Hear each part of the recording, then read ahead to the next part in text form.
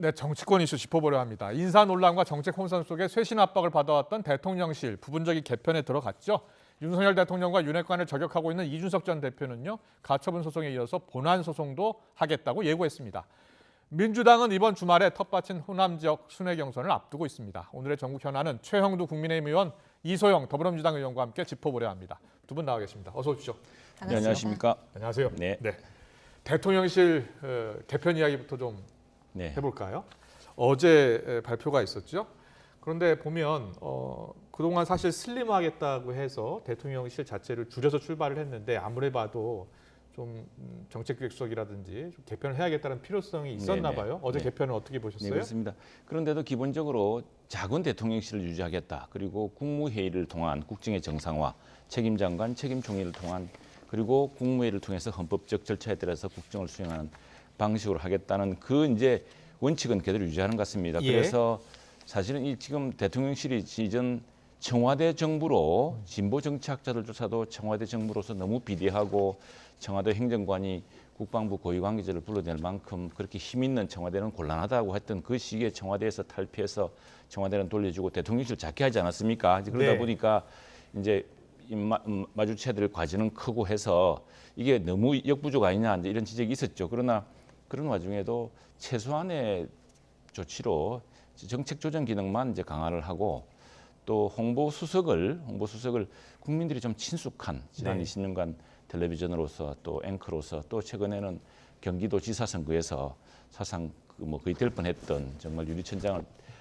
이제 한 번 더 뚫을 뻔했던 그 친숙한 김은혜 전 의원을 기용함으로써 어떤 국민과의 새로운 친숙한 어떤 관계를 다시 회복한다든가 또 정책 이거는 사실 우리가 뭐 5세 입학 문제라든가 해서 조금 정책 조정의 문제가 좀 있었던 것 같습니다. 대통령실과 부처가 이렇게 좀 원만하지 않았던 부분이 있었던 것 같아서 그거는 이제 역시 그 노련한 또 정책 그 산자부 차관도 출신이고 전문 정책 관료인 분을 기용을 해서 이게 대통령실과 각 부처가 책임장관이 일을 하되 대통령실과 조율된 또 대통령도 제대로 그와 관련해서 제대로 인식된 이런 정책이 나올 수 있도록 그런 기능을 강화했던 것 같습니다. 문제는 이제 좀 더 개편해야 되지 않느냐. 그건 제가 볼 때는 이런 시각에 대해서는요? 대통령실의 기조를 볼 때는 대통령실을 더 흔들거나 하는 일은 없을 것 같습니다. 왜냐하면 작은 대통령실 그리고 국무회의와 책임장관, 책임총리를 통한 또 국회와 협력을 통한 국정기조, 과거와 청와대 정부와 다른 확실한 다른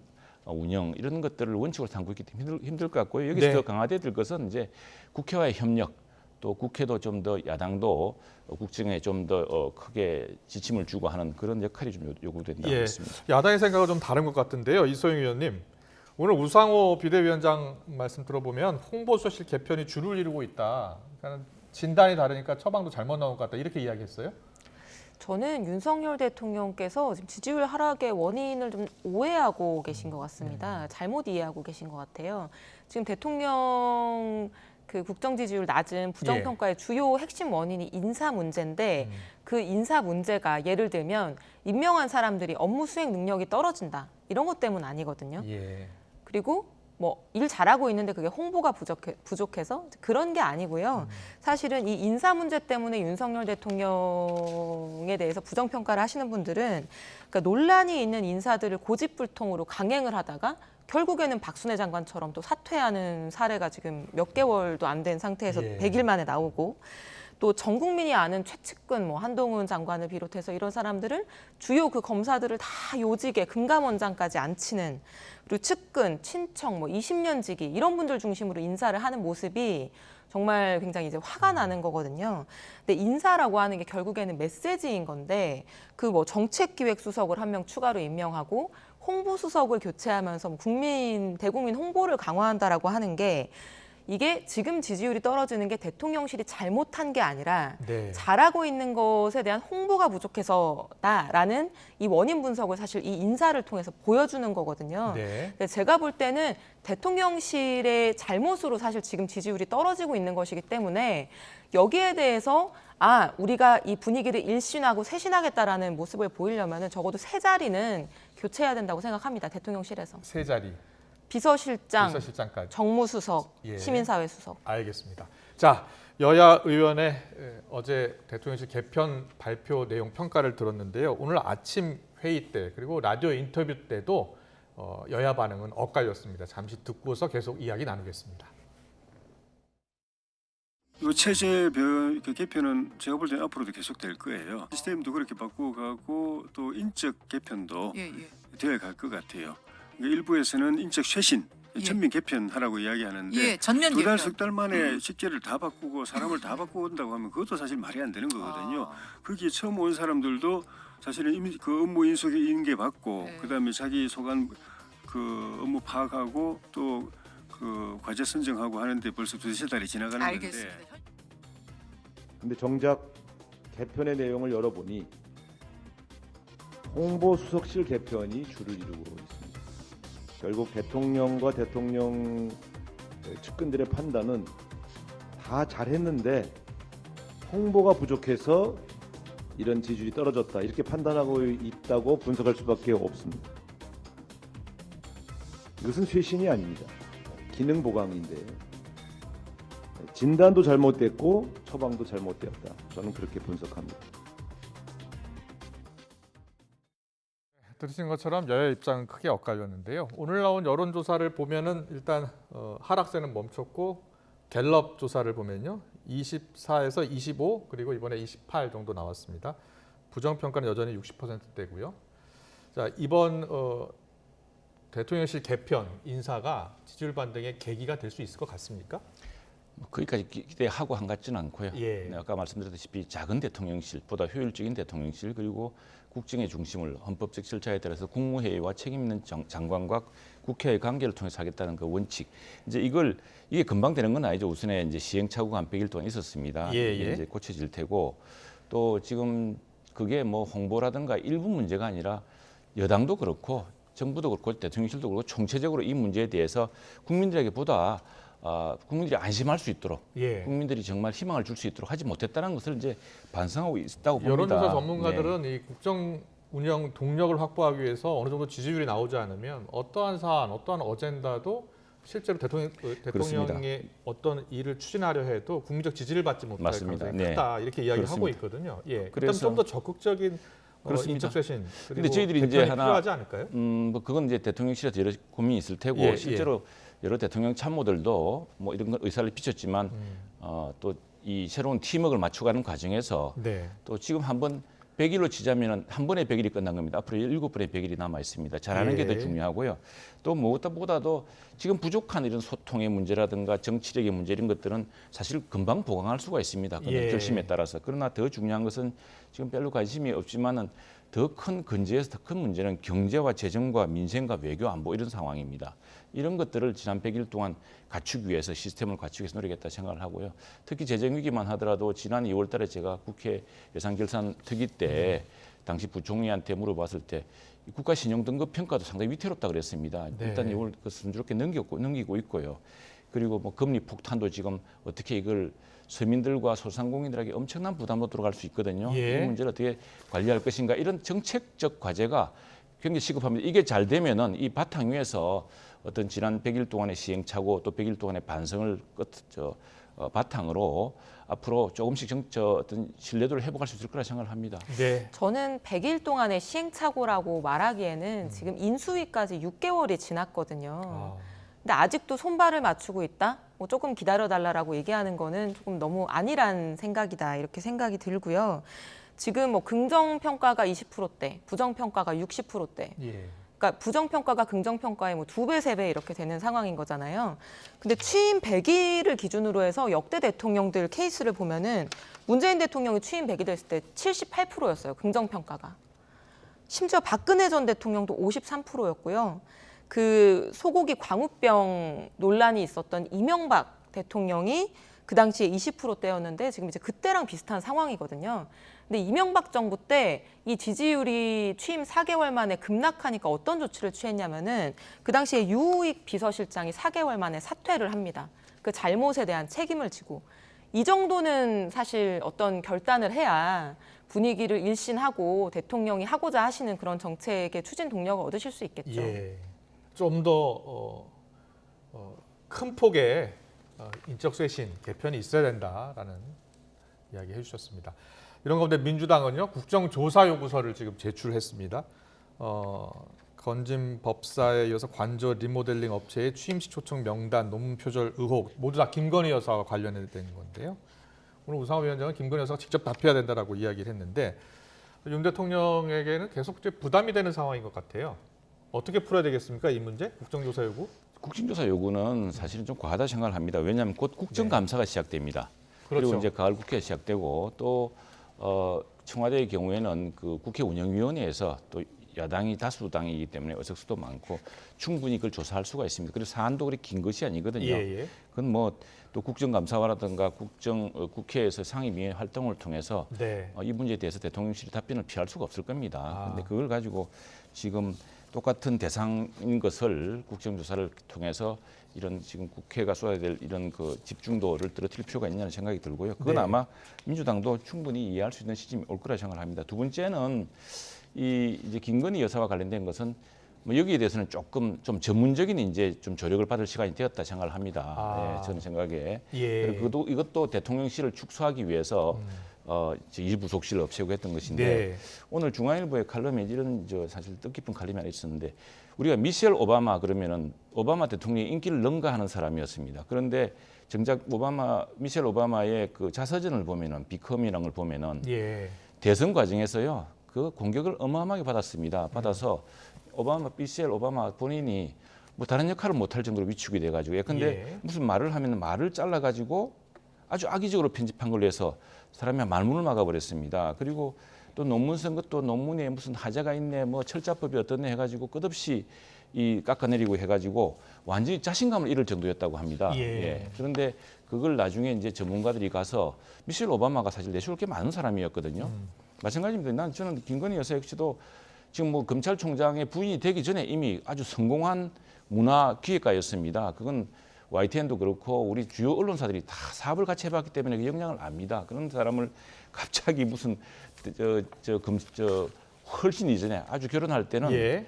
그 오히려 자천된 검사진 시절이었는데 그걸로 해서 무슨 후광을 받은 것처럼 자꾸 하는데 그 역량 이런 것들을 충분히 이제 보여줄 수 있을 만큼 시기도 됐고요. 그런 것들을 좀 전문적인 조력을 받아서 그리고 여러 의구심들이 많지 않습니까? 그것 때문에 국정감사를 통해서 해소될 텐데 그런 것들도 좀 제때제때 차단하면 좋을 것 같습니다. 네, 민주당이 국정조사 요구를 한 이유가 있을 텐데요. 이소영 의원님, 뭐 8가지 의혹을 제기했더라고요. 어떤 내용입니까? 대통령실 그 집무실 관저공사 업체 선정 네. 관련한 문제, 그리고 김건희 여사 그 친분 있는 업체들의 여러 가지 특혜 의혹, 그리고 대통령실의 사적인 채용 의혹, 이제 이런 것들이 다 포함되어 있는 것으로 보이고요. 예.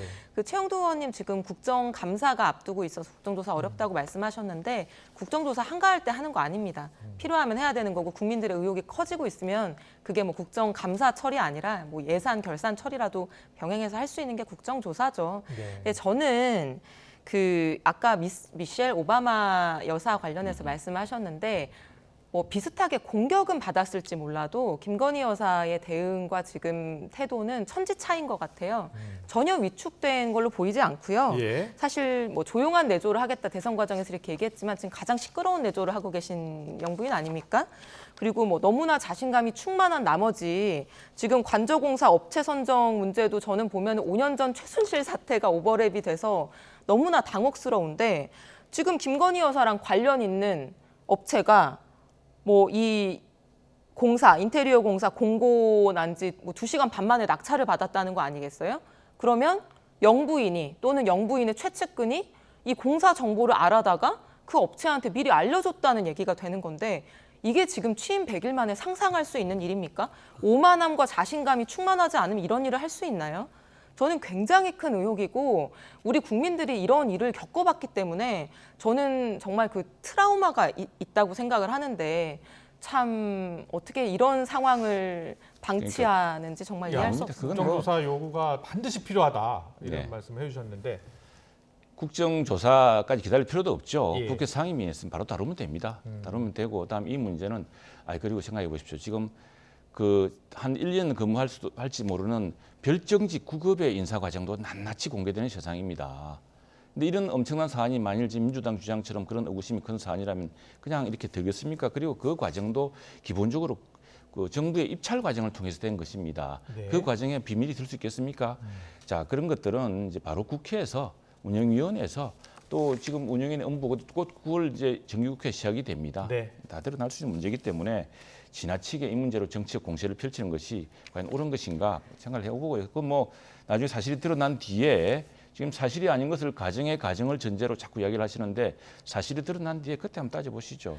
아니 뭐 가정 이렇게 할 것도 없고요. 지금 의혹이 너무나 많기 의혹이 때문에 많다는 사실은 주장일 국민들 뿐이죠. 앞에서 이거를 해소해 드려야 되는 의무가 또 있는 거예요. 그렇죠. 국회에서 해야죠. 아니 무슨 그 관저 업체 뭐 무슨 수주 이것만 문제인가요?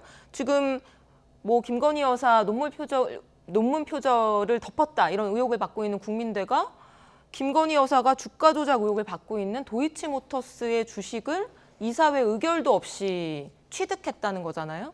이거 자체는 팩트 아닙니까? 모르겠는데 그러면 그런 팩트입니까, 그런 과정들이 국민 앞에 낱낱이 밝혀줘야 되는 거고 지금 인터넷에서는 국민들이 어떤 얘기까지 하냐면은요. 윤석열 정부를 한마디로 요약하면 국민 위의 검사, 검사 위의 여사, 여사 위의 법사 이렇게까지 얘기를 하고 계세요. 지금 건진법사라고 하는 윤석열 뭐 대통령의 뭐 멘토신가요? 그분이 세무조사 무마하는 청탁을 했다는 의혹도 지금 나오고 있는 거 아니에요. 의혹이 나오는 게 아니고 그런 것 때문에 그걸 조사하겠다고 하는 겁니다. 그런 것을 20년 차단하겠다는 지기, 것이고요. 20년 지기, 측근, 친척, 수십 년간 같이 일했던 검사 이런 사람들을 중심으로 한 온갖 의혹들이 100일 동안 쏟아지고 있는데 여기에 대해서 그냥 뭐 검찰이 알아서 수사와 기소를 잘 할 거다. 아니 그건 뭐 이렇게 얘기할 수 없습니다. 민주당의 상상력이 지나치는데 그게 나라입니까? 그렇게 나라가 구성된다면 말도 제 안 말이 소리죠. 그 말입니다. 예. 네. 그러니까 그런 걱정 안 하셔도 되고요. 그거는 지금 검찰이라든가 우리 특히 야당이 이렇게 거대 야당이 눈이 시퍼렇게 뜨고 보고 있는데 어떻게 그런 일이 무마될 수 있겠습니까? 철저히 밝혀냅시다. 상임위에서 국회에서. 일단은 한 번 더 관계기관 불러서 이야기하기로 했습니까? 그게 그 예. 상임위라고 하는 게 그 대통령실을 관장하는 것이 국회 운영위원회인데요. 예. 국회 운영위원회는 상설위원회가 아니라 겸임위원회지 않습니까? 언제든지 열 수 있는 거 아닙니까? 언제든지 열 수 있지만 예. 저도 운영위원으로 활동을 해봤습니다만 사실 거기에 대통령실 인사들이 나와서 뭐 제출하라는 자료를 충실하게 제출한다거나 답변하라는 답변을 뭐 충실하게 구체적으로 낱낱이 소상히 밝힌다거나 하는 것이 항상 그렇게 잘 이루어지는 게 아닙니다. 자료도 뭐 관련 없음, 뭐 한 줄짜리로 답변이 올 때도 굉장히 많고요. 그렇게 해서 국민들 의혹이 해소가 아니 되겠습니까? 그러니까 문재인 정부 그렇게 했죠. 그러나 이 정부는 다를 겁니다. 한번 해봅시다 이제. 예, 알겠습니다. 문재인 정부 5년 내내 자, 여러 가지 오지도 않고 의혹들은요, 그렇게 했죠. 확인되는 이제 것도 청와대 있고 정부가 확인이 아니기 아직 안 때문에 되는 다를 것도 겁니다. 있고요. 네. 그래서 항상 이 국정조사 요구를 하면 한쪽에서는 국정조사부터 하자 그러고 한쪽에서는 그럼 수사부터 하자라는 이야기를 과거 정부 때부터 지금 정부 때까지 계속 이어지고 있는 상황입니다. 알겠습니다. 이 이슈 여기까지 듣고요. 지금 국민의힘 상황하고 민주당 상황을 좀 잠깐 짚고서 가야 될 것 같습니다. 시간이 벌써 많이 흘러가지고요. 국민의힘 같은 경우에는 이준석 전 대표 이야기 좀 하고 넘어가겠습니다. 당의 비대위 전환 효력을 정지해달라고 냈죠. 가처분 신청 결과 아직 나오지 않고 있습니다. 그런데 만약에 이 결과가 원하는 결과가 나오지 않았을 경우에 본안 소송도 한다고 하더라고요. 이게 뭐 시간 끌기 아니냐 이렇게 당에서는 보고 있나 봐요. 뭐 안타깝습니다. 안타까운 대목인데 지금 이걸 법률로 다툴 수 있는 내용인지 모르겠습니다만 예.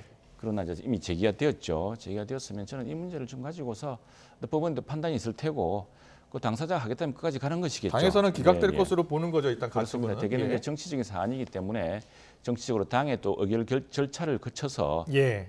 전국의 90%가 찬성을 했고 지금 이 상황이 비상 상황이 아니라는 사람이 누가 있겠습니까? 이렇게 집권 3개월이 안 돼서 이렇게 내용 상태에 빠져서 이런 소송 사태까지 빚어진 상황이 비상 상황이죠. 그런데 이제 그 안타까운 점은 이렇게 해서 그냥 끝을 보겠다는 것인데 네. 그게 과연 이제 이게 원하는 방향으로 될지도 의문이지만 지금 집권 여당이 굉장히 큰 그 퍼펙트 스톰에 버금갈 만한 참 우리가 닥칠 수 있는 모든 위기를 속에서 지금 국정을 헤쳐나가고 있거든요. 네. 이런 과정에서 한때 30대 당대표, 정말 우리 역사상 전무후무했던 30대 당대표, 큰 국민적 기대를 모았던 당대표가 예. 이렇게 스스로 쌓았던 10만가 리더십을 무너뜨려가면서 이렇게 해야 되는 것인지에 대해서는 사실 이준석 전 대표를 생각해서도 답답한 일입니다. 이건. 네. 앞서 하태경 의원이 지지율 회복을 위해서는 윤석열 대통령, 윤핵관, 특히 윤석열 대통령이 이준석 대표와 좀 화해하고 타협해야 되는 거 아니냐라는 의견을 냈잖아요. 거기에 대해서는 어떻게 보세요? 네, 정치력을 발휘할 부분이 있죠. 네. 예, 중진들이 하는 역할이 그런 것입니다. 중진들이 큰 역할을 해야 될 테고요. 그런데 중진들하고 특히 윤핵관이라고 불리는 의원들하고 윤핵관이- 이준석 대표와의 아니, 전 대표와의 사이가 굉장히 좋지 윤핵관이 않잖아요. 중진들은 아니죠. 예. 그보다 더 큰 역할을 는 중진 원로들이 있다고 봅니다. 그 네. 역할들을 하셔야 되고 또 사안 자체도 저는 지금 뭐 최종적으로는 이준석 대표가 전 대표가 그 본인이 낸 소송 자체를 스스로 처리하는 방법도 있을 수 있습니다. 근데 지금 그 2030 이후에 2030에 많이 떠났잖아요. 그 문제는- 여론조사를 보면요. 네, 네. 근데 뭐 장해찬 평론가 또 이준석 전 대표 사이가 점점 벌어지고 있는 것 같고요. 지금 뭐 심각한 위기 아니겠습니까? 그 앞으로는 그대로인데 예, 예. 아마도 지금 또 하나의 큰 여당이 지금 진짜 청년 집안 싸움 점입 강행이다 이런 이야기 많이 또 나오잖아요. 근본적으로 보자면은 사실은 청년들의 기대를 모았던 것은 지난 정부 내내 그 다락같이 오른 집값에다가 여러 가지 상황들 때문에 또 불공정 내로남불 때문에 청년들이 자질했기 때문이었습니다. 네. 그래서 그 자질한 것을 마침 30대 당 대표도 나오고 또 내로남불을 바로 직공할 수 있는 그 검찰총장 출신의 사람이 대통령 후보가 되고 하면서 기대를 많이 모았던 것이죠. 근데 그런 기대가 지금 경제적으로라든가 또는 이런 예컨대 지금 코인 같은 거 투자를 많이 했다 엄청나게 큰 피해를 보지 않았습니까? 또 집값 여전히 아직도 뭐 이렇게 많이 안 내렸고 집값 대출 금리만 올라서 참 청년들이 큰 피해를 보고 있는데 저는 이런 정치적인 어떤 지금 내용 외에도 그 청년들을 위한 경제적인 청년들이 새로운 희망을 가질 수 있는 그런 정책적 뒷받침도 저는 2030 세대 지지력을 회복하는 중요한 단서가 될 거라 생각합니다. 네. 지금 한 3분 정도 남아서 민주당 이야기는요. 전당대회 이야기 좀 해볼게요. 민주당 전당대회는 네. 어떻게 가고 있는 겁니까? 민주당 전당대회는 지금 민주당 전당대회가 8월 28일 날 8월 20, 당대표가 발표되는 거죠? 네, 8월 28일이고요. 지금까지는 이제 지역별로 권리당원 투표가 진행이 되고 있고 네. 호남하고 수도권 권리당원 투표 그리고 전국에 있는 전국대의원 전체 요렇게가 남았고 여론조사가 또 2차 여론조사가 남아있는 상황이고요. 남아있는 상황이에요. 전체적인 점수를 이제 100점으로 환산해 본다고 했을 때 아직 70점에 대한 투표가 이루어지지 않은 상태여서 당대표는 일단은 이강으로 압축된 거잖아요. 이강으로 강훈식 의원이 이제 사퇴를 하면서 그렇죠. 이강으로 압축이 됐지만 지금 지지율 격차가 상당히 커서 사실 거의 80% 가까이 된다면서요. 이재명 후보가. 뭐 지금은 그런 상황입니다. 네. 예. 그 격차가 좀 좁혀질 가능성은 있다고 보지만요. 일단 현재로서 당대표 역대 민주당 선거에서 이렇게 격차가 벌어진 적이 있었나요? 제 기억으로는 뭐 이렇게 큰 격차는 좀 이례적인 게 아닌가 싶습니다. 네. 여기에 대한 우려는 없습니까? 당내에서?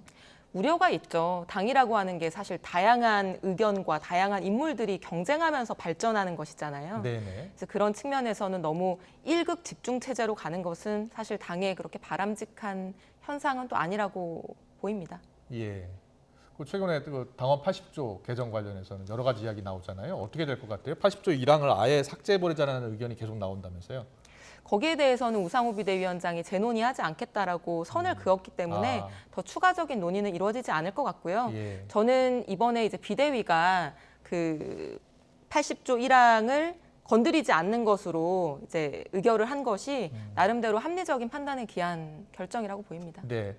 지금 이제 당내에서 우려하는 게 이재명 후보가 당대표가 되면 공천 학살이 있지 않을까 이런 걸 가장 우려하고 있는 것 같더라고요. 그러니까는 비명계 의원들, 비명 지지층 어떻게 보세요? 그런 걸 시스템적으로 좀 이렇게 방지할 수 있는 그런 안이라든지 계획이라든지 이런 게 있나요? 민주당 내에서? 저는 뭐 친명계 의원이 아니지만 공천 학살을 전혀 걱정하지 않고 있고요. 아, 예. 그러니까 사실 정당이라고 하는 게 아무 이유 없이 뭐 가만히 있는 사람을 나랑 친하지 않다는 이유만으로 뭐 공천을 주지 않는다.